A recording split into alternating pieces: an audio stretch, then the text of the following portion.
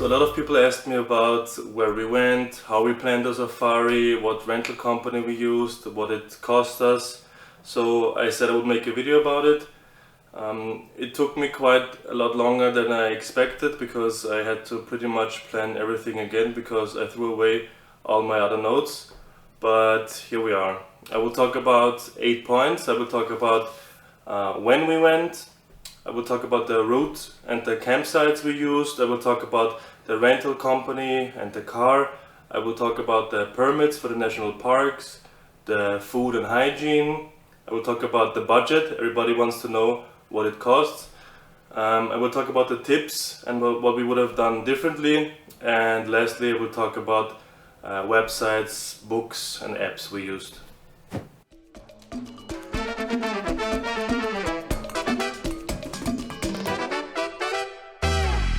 We went in September from the 12th to the 25th, mostly because work allowed it. It was easy for us to take a vacation here. And secondly, we didn't want any rain. We didn't want to be dealing with mud, with being stuck, with just heavy rain. So we went during the dry season. There are 2 rainy seasons in East Africa. You have the short rains from November to December, and you have the long rains from March to May. When we went in middle to late September, we had 1 day with like 2 hours of rain, and that was it.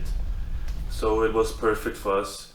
You have to keep in mind that when you go during the dry season, you probably will not have the lush greenery you might have seen in nature documentaries. So the landscape was pretty barren, but it was totally fine with us, and that's better than being stuck in the mud all day.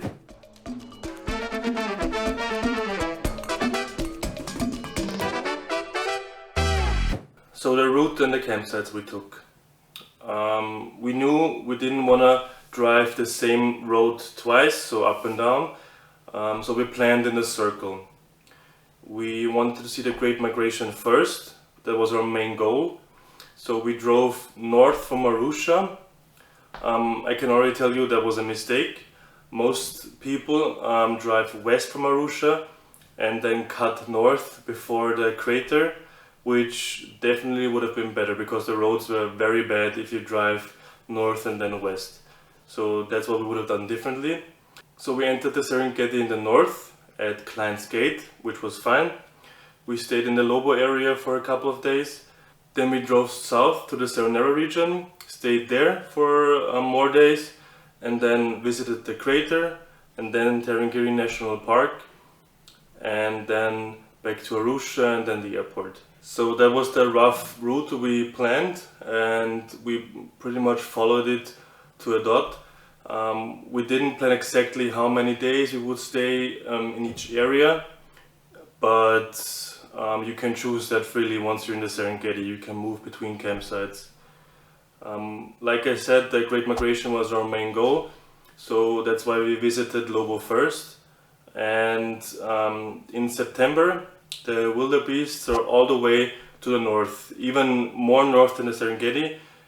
They crossed into the Kenyan region, which is called the Masai Mara Reserve. And the problem is you can't easily cross into Kenya from Tanzania. You would have to leave behind some documents and the logbook of your car and so on.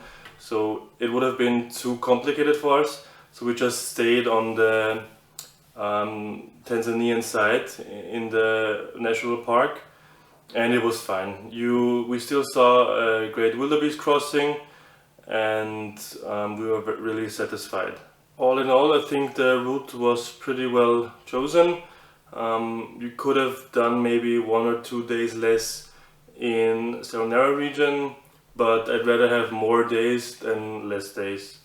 Another part why we chose to drive in a circle was because we wanted to avoid paying the crater fee twice. Because you have to pay each time you enter the conservation area, and cutting north before the crater and then going in a circle meant that we only had to pay it once when we actually visited the crater.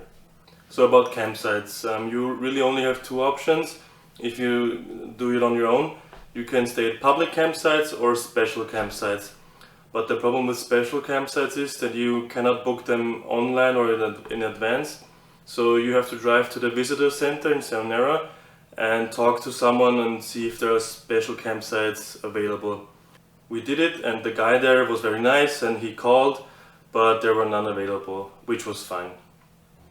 So we only stayed in public campsites, which was totally fine.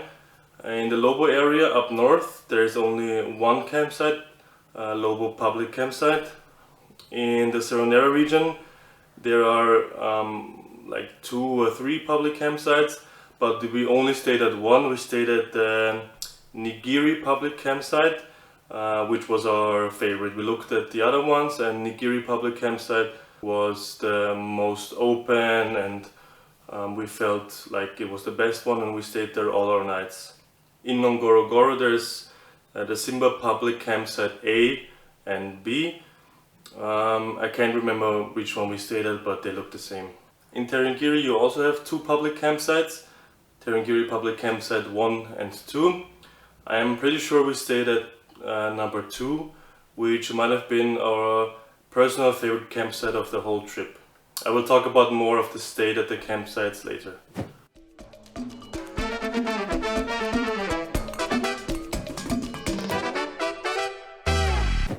We rented with a company called Road Trip Africa.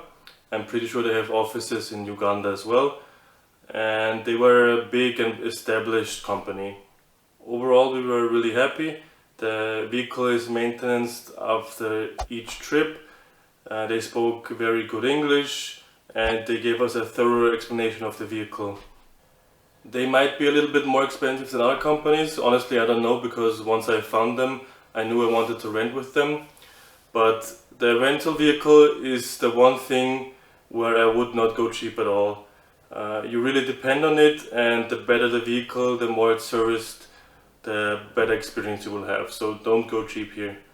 We had one minor hiccup before going into the Serengeti, but a couple of hours at a repair shop and we were good to go again, and they didn't charge us. They knew the company and they sent the bill to them, so we didn't have to pay anything. We rented a Land Cruiser, I know it's a cruiser, with the rooftop tent and the camping equipment. It was all worth it. So initially we booked without the rooftop tent because it was not available anymore when we booked, but once we got there we saw one lying around and asked them about it. They said, yeah, it's just been repaired and you can actually have it. So we paid the upcharge for the tent and it was mounted on the spot there, which was perfect. If you can, take the rooftop tent. It was so easy to set up and you have just the views from above and you feel safer on the car, and we slept really well. We also rented camping equipment with them. That included a table, chairs, pots and pans, a gas stove, cutlery, the basic equipment, but it was fine. It was not really expensive and we pretty much used everything that they gave us. So we also took the fridge option, which is not really necessary, but it wasn't expensive, so we took it, and it was really worth it because in the morning you can chuck in a water bottle, a soda or a beer for the evening, and then turns on when the battery is turned on, and it cools the drinks down, and then during midday you can enjoy a Coke, or in the evening a cold beer, which was really worth the money. So a big worry of ours was electronics, how we would charge our camera. Obviously filmed a lot, our phone for navigating and keeping in touch with our family. But luckily the car had a power outlet hooked up to the battery, so you just need a converter for your country's hookup and you're fine. So it was no problem at all. If you rent from a different company or even this one, I would still ask them about if they have this option available for charging electronics, because it was a lifesaver and we couldn't have kept our phones charged for 2 weeks with power banks.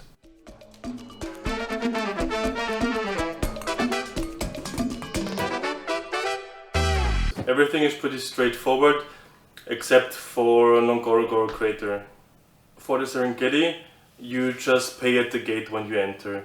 So in our case, we entered client's gate, and you just tell them how many nights you will be standing there, where you will be staying, so in the public campsite, and then they pretty much calculate everything for you, and you pay at the gate with credit card. I say everything is straightforward, but we had one minor problem. We couldn't pay the full amount in credit card. There was some problem with the machine and it wouldn't let us pay it, so we only paid half. And then after that our time was up, we went to a different gate at the airstrip and then paid the second half. It's important for all the national parks to make sure to get the stamps when you exit. So you have proof that you left and they can't keep charging you. For the Ngorongoro crater, it's not like the Serengeti, you can just show up and pay. You will have to pay in advance, which is not really easy. It's not just done with a website or anything, it's handled by locals, I guess. So we did it with our company, with our car rental company. They have the option to help you. So when we rented our car, when we picked up our car, they also did the permit for us. You have to know in advance exactly the day you will enter, when you will be down in the crater, and when you will exit again. So they booked the Simba campsite for us the night before. They booked the day in the crater for us, and they booked the Simba campsite for the exit day again. It was definitely helpful because we had no idea how we would do it without them. So you pay the company, they forward the money to the crater, to the conservation area, and you get your paper directly at the company, which you then show at the campsite and at the crater entrance and exit. And it all worked perfectly, there was no problem at all. Just remember to get your stamps. For Tarangire National Park, it's the same as the Serengeti. You come to the gate, tell them you will be there for 2 nights in our case, pay at the gate, get your paper, and you can just drive in. It's just as easy as that. Because we drove through the Lake Natron area, we didn't actually visit Lake Natron, but you still have to pay the permit, the WMA permit it's called, for driving through the area. And they told us it's to help the local communities there because it's a very remote area and you're driving through literal Maasai villages and the money is supposed to go to them. That's what our company told us.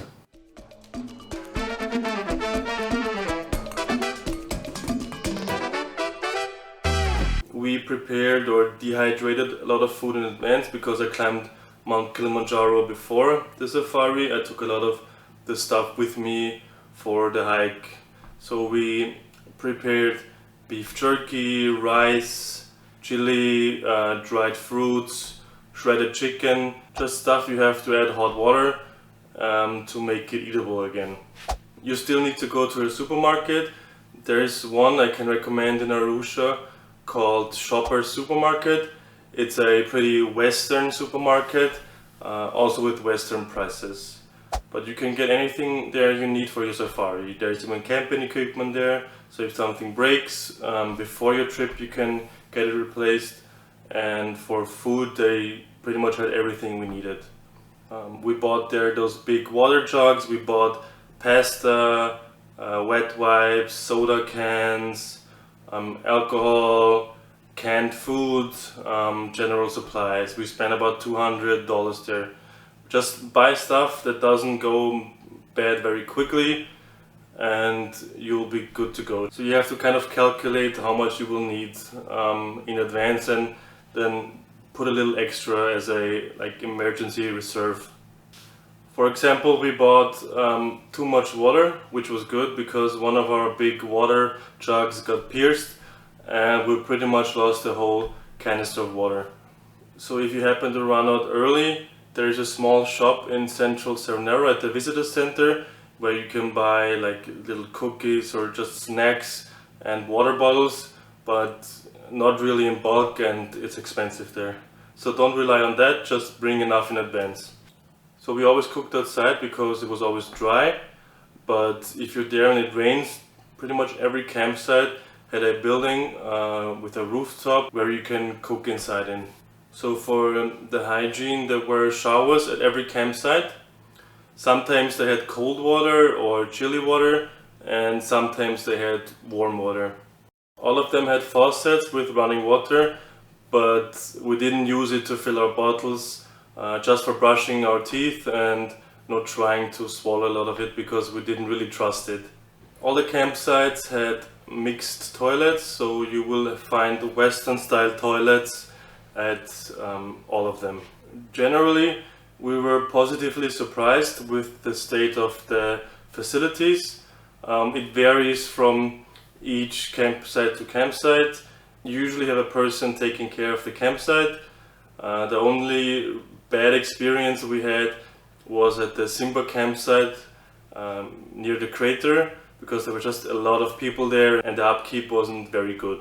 As for the other ones, I read or heard a lot of horror stories about them, but I guess they renovated them in the last couple of years because they were really okay for being in the middle of the Serengeti. Just don't expect a 5-star hotel and you'll be fine. Just keep in mind you're in the middle of the Serengeti and don't leave the doors open because you will get animals rummaging through the trash. So we had monkeys or little chipmunks rummaging through the trash. But other than that, we didn't have any bad encounters. Like a couple of big wasps in the shower, but just wait a couple of minutes and they're gone.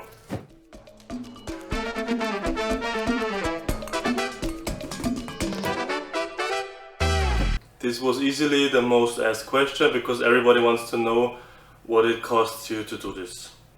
So keep in mind that this was September 2022 and the prices might have changed for everything. But this is what we paid back then. So I split it up into the car, everything that has to do with the car, the help with the permits, the camping equipment, everything.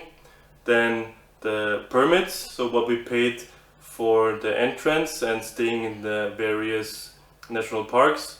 And the last point is the food. So for the car itself, we rented it for 14 days, plus the camping gear, plus the rooftop tent, plus the fridge option, plus we chose the airport drop-off, which means that we drove the car to the airport and then a guy from the company came and picked it up. That cost us 2,261 euros. Keep in mind we paid euros. Then, like I mentioned, they helped us with organizing the fees. They charged us 50 euros for that. We also had to pay for gas, of course. There's a gas station in the Serengeti, so you don't have to leave to fill up your car. I think we used it for about a total of 3 times, which cost us 386 euros, which brings everything together for the car costs to 2,697 euros or $2,855. For Lake Natron, the WMA fee, we paid $60. For the time we spent in the Serengeti, we paid $2,060. For the crater, we spent for just 1 day, plus the camping, $755. And for the Tarangire National Park, we spent $420. So everything together is $3,295 just for permits.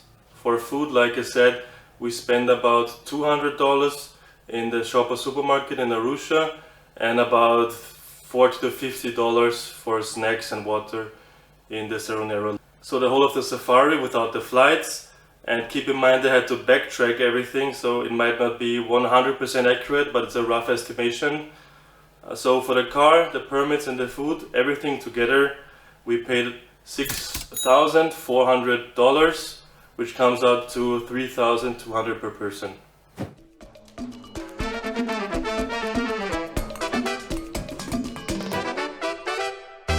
So for the route, like I said, we went north from Arusha and then cut west to enter Klein's Gate, which was a mistake. The road north was fine, it was very good actually, but then when you cut west it was really bad and we had potholes I'd never seen before. Driving from west and then north is what everybody else does. Don't ask me why we did it the other way, but I know the road is still very bad, but it can't have been as bad. So we would have changed that for sure. As for the time when we went, it was perfect for us. We couldn't have done it differently anyways because of work, but we had no rain, high visibility, and very mild or okay weather. As for the weather, in September, once the sun goes down, which it goes fairly early I would say, it gets quite chilly. So once the sun went down, we put on our long sweatpants and jackets because it wasn't really as hot as you would expect in the Serengeti. During the day, once the sun comes up, it warms up very quickly and you can take off your long sleeve jacket or whatever and be hot in the car. But once it goes down, it's fairly mild, which was perfect for sleeping. So we slept like babies and we didn't break a sweat, and it was actually very nice weather for the time.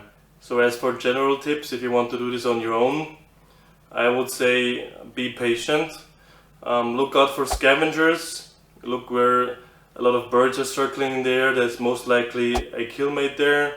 Talk to the other drivers. So we saw like 1 or 2 other self-drive safari cars. The others were just local companies, but they're still very friendly. So if you're driving slowly and a car passes you by, maybe ask them if they've seen anything, if they can point you in any direction, and tell them what you've seen. Sometimes they were very grateful for the information we gave them, if we just stumbled upon a kill or if we told them take a left over there and there's a lion lying there. They're grateful and you will be grateful for their information because they have customers in their car, and the more they show them, it's better for them. So you both benefit of each other. Be a little earlier in camp than you might think. We made that mistake a couple of times because, like I said, the sun goes down pretty early, and setting up camp in the dark and cooking in the dark is no real fun. So be like an hour earlier than you might want to be in camp and set up camp and start cooking, and it's way nicer to eat and cook when the sun goes down than in the dark. If you're there for a longer period of time like us, consider just napping for noon. In Tarangire we talked to a couple of people that have done this like forever and return every year, and they said they get up very early, go for a game drive for a couple of hours because animals are very active in the morning, and then during noon when everything is hot they return back to camp, take a nap and eat something, and then they drive out again in the evening and return before sundown. So consider doing that if you're there for a longer period of time and don't have to be out on a game drive every second of the day. We did it like that, and we probably would have changed it a bit and taken a bit more rest during noon. Like I said before, spotting animals is being patient, driving around, and just also being lucky, because if you do this on your own, you're probably not a local, you don't know the animal habits like we did, and the longer you're there, the more chance of spotting something you will have. Just be patient, be lucky, and follow what I've said before. Like I've said in the video, the crater was a little bit disappointing for us, but we would still do it again nonetheless. Just to have seen it, just to be down there, because the scenery is amazing. It is a one-of-a-kind thing. We were unlucky, I guess, with the animals, but it was totally fine. We would still do it again. Tarangire is a little overlooked in my opinion, because everybody always talks about the Serengeti and the crater, rightfully so. But Tarangire is pretty much adjacent to both of them, and it's still very nice. It feels a little less overrun than the other two, a little more remote maybe, but you still have the same amount of animals, more elephant presence, we felt like. And if you're there during the rainy season, you have a big river flowing through it. We were there, the riverbed was dried up, but it was still totally fine. The campsite in Tarangire was one of our favorites. It was very serene, overlooking the plains, and generally, maybe it was because it was our last national park of our trip, but something about Tarangire was really special for us, and we really enjoyed our time there. As for the car, I've said it before, but I'll say it again. It's probably the most important thing of your whole trip, so get a reliable car. You can be unlucky, something can break down, that's fine, but go with a company that you trust and that seems like it takes care of the vehicle. If you really want to do a self-drive safari, plan enough time. So everything takes longer than you might expect. Driving around takes longer, getting used to the vehicle. For us it was the wrong side of the road, the driving. Picking up the car, going to the supermarket, and then driving to the Serengeti took a whole day for us. So we didn't have any chance to really get a game drive on for the first day, and driving back was the same. So plan enough time for everything, because everything takes longer than you might expect.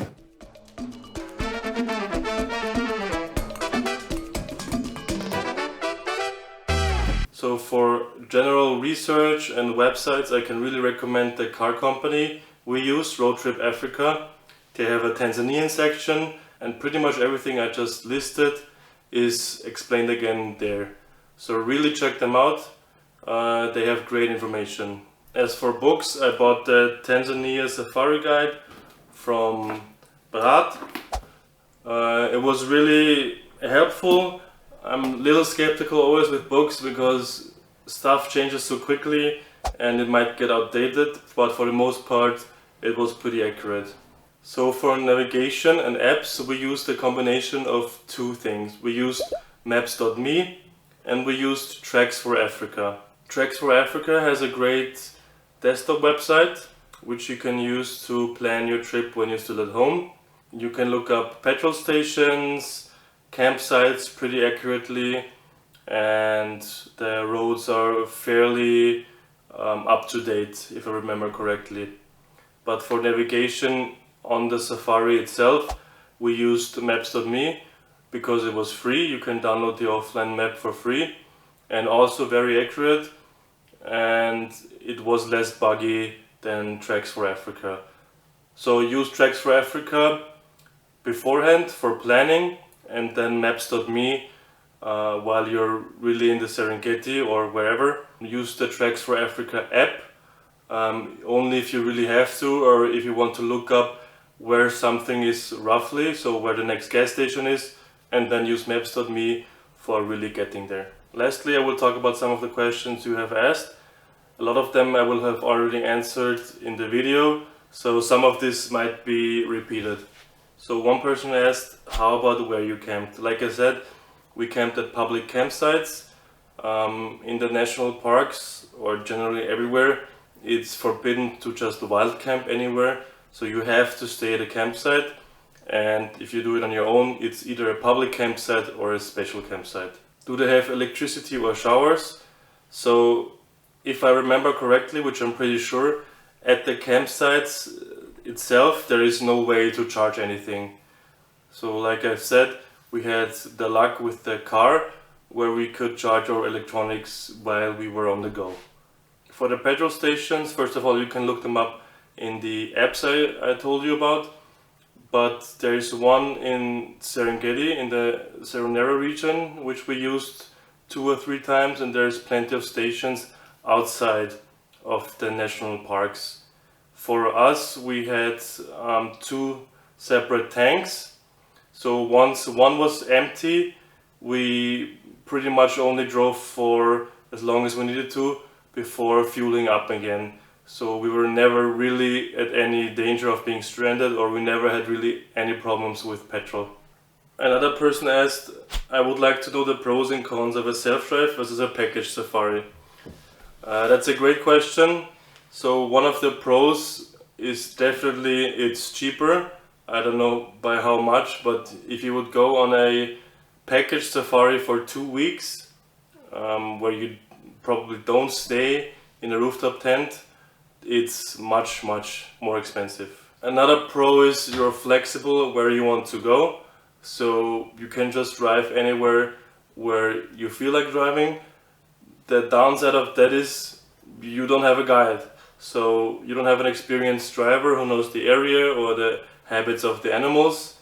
But being 2 weeks there, it was enough time for us to pretty much see everything we wanted to see. With the Road Trip Africa company, they also had the option of hiring a driver for how many days you wanted, which also would act as your guide. But we chose not to do that because we didn't want to have a random person with us for 2 weeks. And looking back, it was the right decision, I think. So as for general safety, there are certain rules in the Serengeti. For example, you can only get out of your vehicle if there's not an animal present in the radius of like 200 meters, I think. I'm not quite sure. But the way we did it is, when, for example, I had to get out and pee, we would stop at an open field, so there was no chance of something hiding anywhere. And I would get out and do my business quickly and just come back. As for the animals as a whole, they don't really treat the car as a threatening animal. Wildebeests and zebras will run away from you, but only if you like drive close to them. But lions, they treat you like a moving rock. They don't really care you're there. They don't see you as a threat or as meat. They don't see you in the car per se. They see the car as a whole, and they pretty much ignore you. Just be respectful, turn off your vehicle when you're close, and you'll be fine. As for safety in camp, just be aware that you are in the open plains of the Serengeti, and it's not fenced in, so you will have animals roaming around. We had zebras close to camp, we had antelopes, monkeys, little chipmunks. They keep a respectful distance because they're wary of you, and just don't harass them and you'll be fine. Keep the doors to your car locked and to the bathroom because monkeys will rummage through trash or try to steal something out of your car.